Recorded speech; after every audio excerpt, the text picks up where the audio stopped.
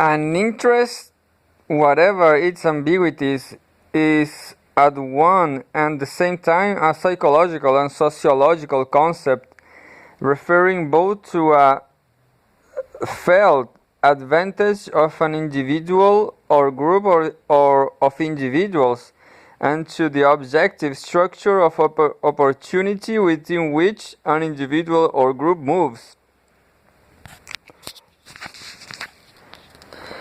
So also is strain, for it refers both to a stage of personal tensions and to a condition of societal dislocation.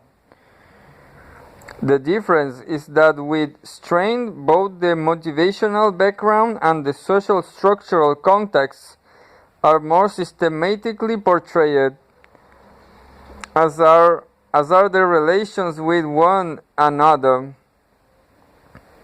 It is in fact the addition of a developed conception of personality systems, basically Freudian, on the one hand, and of social systems, basically Durkheimian, on the other, and of their modes of interpretation, the Parsonian addition, that transformed interest theory into strain theory. The clear and distinct idea from which strain theory departs is the chronic malintegration of society. No social arrangement is or can be completely successful in coping with the functional problems it inevitably faces. All are riddled with insoluble antinomies between liberty and political order, stability and change, efficiency and humanity, precision and flexibility, and so forth. There are discontinuities between norms in different sectors of society: the economy, the polity, the family, and so on. There are discrepancies between goals within the different sectors, between the emphasis on profit and productivity in business firms, or between extending knowledge and disseminating it in universities, for example. And there are contradictory role expectations, of which so much has been made in recent American sociological literature, on the foreman, the working wife, the artist, and the politician. Social friction is as pervasive as is mechanical friction, and as irremovable. Further, this friction or social strain appears on the level of the individual personality itself, an inevitably malintegrated system of conflicting desires, archaic sentiments, and improvised defenses. A psychological strain. What is viewed collectively as a structural inconsistency is felt individually as personal insecurity. For it is in the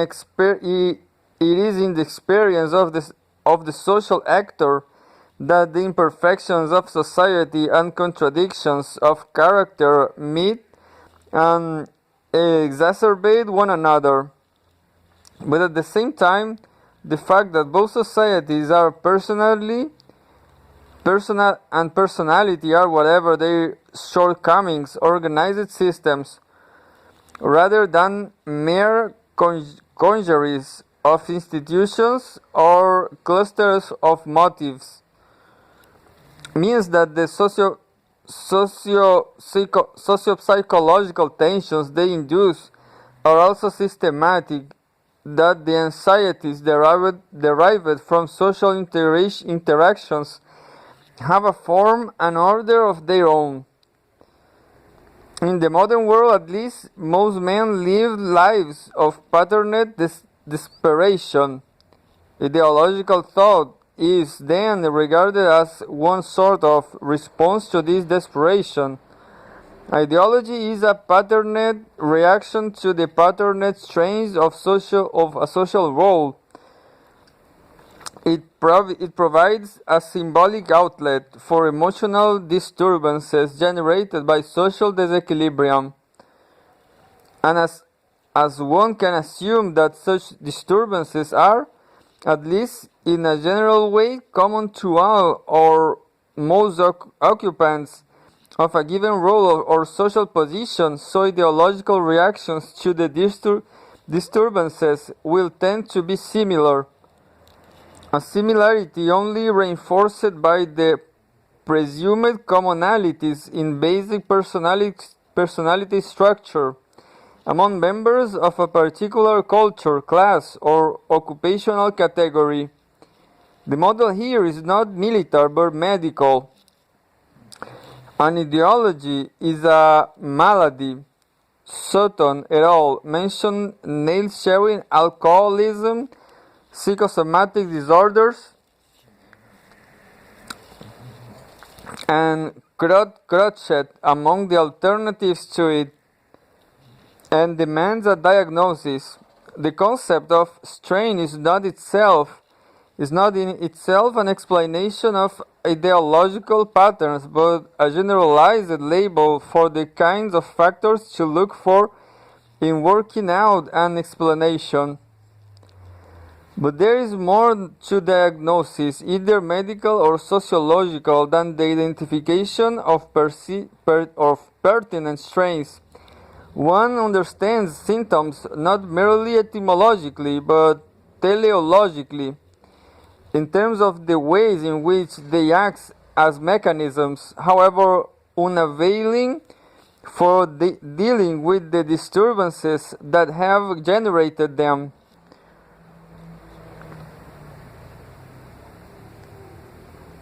Four main classes of explanation have been most frequently employed: the cathartic, the moral, the solidarity, and the advocatory. By the cathartic explanation is meant the venerable safety valve or scapegoat theory. Emotional tension is drained off by being displaced onto symbolic enemies, the Jews, big business, the Reds, and so forth. The explanation is as simple-minded as the device, but that by providing legitimate objects of hostility, or for that matter of love. Ideology may ease somewhat the pain of being a petty bureaucrat, a day laborer, or a small-town storekeeper is undeniable. By the moral explanation is meant the ability of an ideology to sustain individuals or groups in the face of chronic strains, either by denying it outright or by legitimizing it in terms of higher values. Both the struggling small businessman rehearsing his boundless confidence in the inevitable justness of the American system and the neglected artist attributing his failure to his maintenance of decent standards in a Philistine war are able by such means to get on with their work. Ideology bridges the emotional gap between things as they are and as one would have them be, thus ensuring the performance of roles that might otherwise be abandoned in despair or apathy. By the solidarity explanation is meant the power of ideology to knit a social group or class together, to the extent that it exists, the unity of the labor movement The business community or the medical profession obviously rests to a significant degree on common ideological orientation, and the South would not be this South without the existence of popular symbols charged with the emotions of a pervasive social predicament. Finally, by the advocatory explanation is meant the action of ideologies and ideologists in articulating, however partially and indistinctly, the strains that impel them, thus forcing them into the public notice. Ideology states the problems for the larger society, takes sides on the issues involved, and present them in the court of the ideological marketplace. Although ideological advocates, not altogether unlike their legal counterparts, tend as much to obscure as to clarify the true nature of the problems involved, they at least call attention to their existence and, by polarizing issues, make continued neglect more difficult. Without Marxist attack, there would have been no labor reform. Without black nationalists, no deliberate speed. It is here, however, in the investigation of the social and psychological roles of ideology as distinct from its determinants, that strange theory itself begins to creak, and its superior incisiveness in comparison with interest theory to evaporate. The increased precision in the location of the springs of ideological concern does not somehow carry over into the discrimination of its consequences, where the analysis becomes, on the contrary, slack and ambiguous. The consequences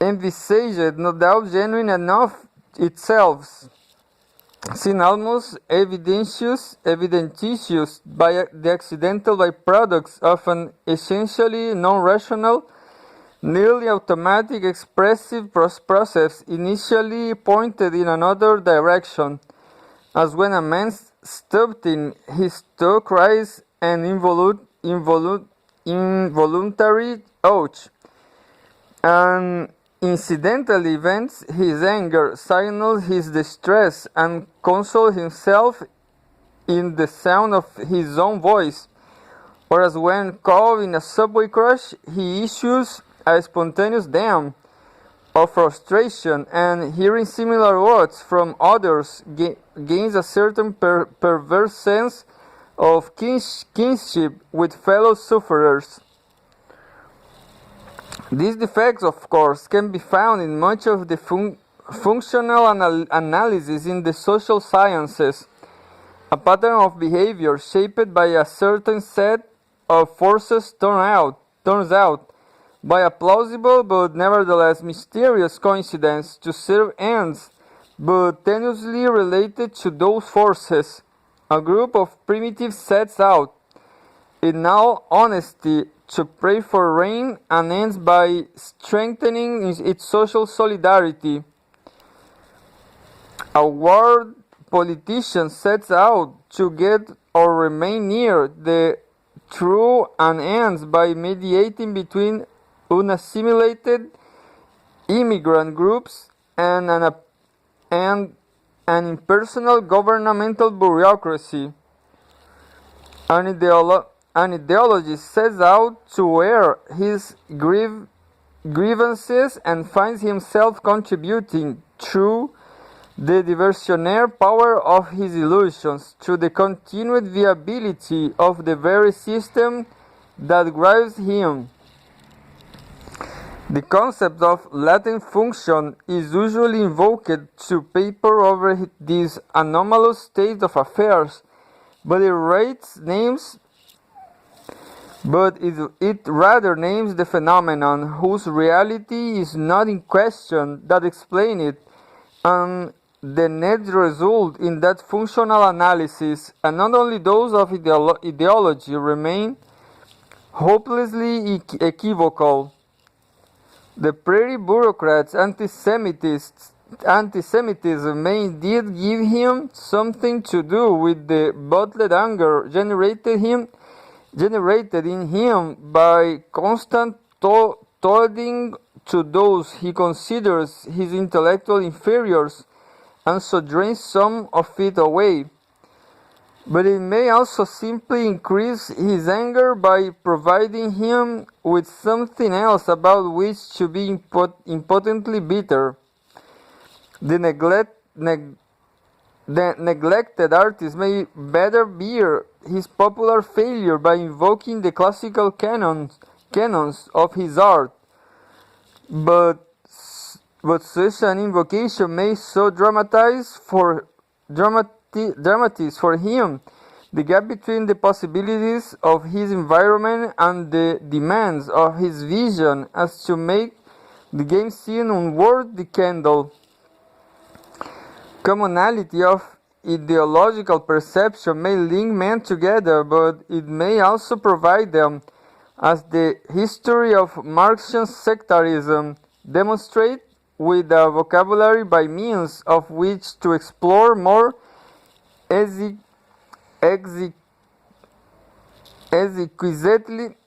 exquisitely the differences among them. The clash of ideologies may bring a social problem to public attention, but it may also charge it with such passion that any possibility of dealing with it rationally is precluded. Of all these possibilities, string theories are of course very well aware.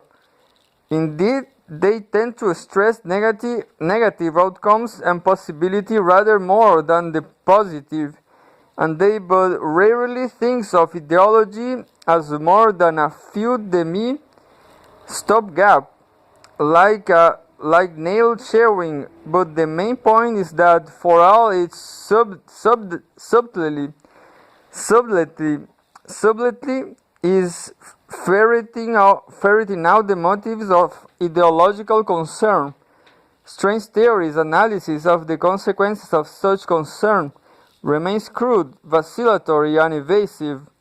Diagnostically, it is convincing. Functionally, it is not.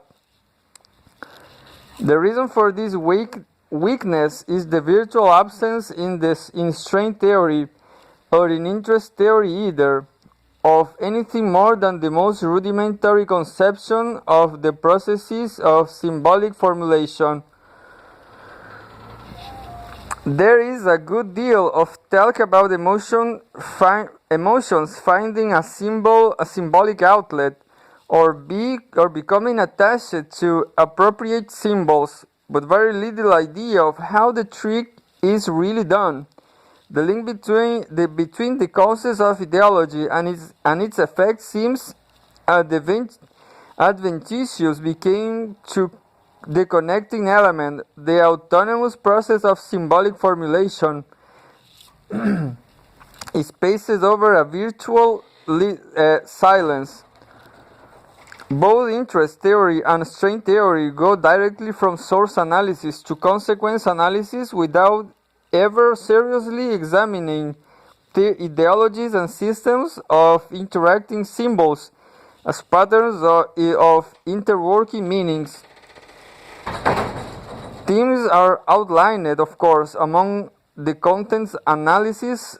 They are even counted, but they are referred for elucidation not to other themes, nor to any sort of semantic theory, but either backward to the effect they presumably mirror or forward to the social reality they presumably distort. The problem of how after all ideologies transform sentiments into significance and so make it socially available is sore circuited by the crude device of placing particular symbols and particular strains or interests side by side in such a way that the fact that the first are derivatives of the second seems mere common sense, or at least post-Freudian, post-Marxian common sense. And so, if the analysis be depth enough, it does. The connection is not thereby explained but merely educed. The nature of the relationship between the socio-psychological stress that incite their ideological attitudes and the elaborate symbolic structures through which those attitudes are given a public existence is much too complicated to be comprehended in terms of a vague and unexamined notion of emotive resonance.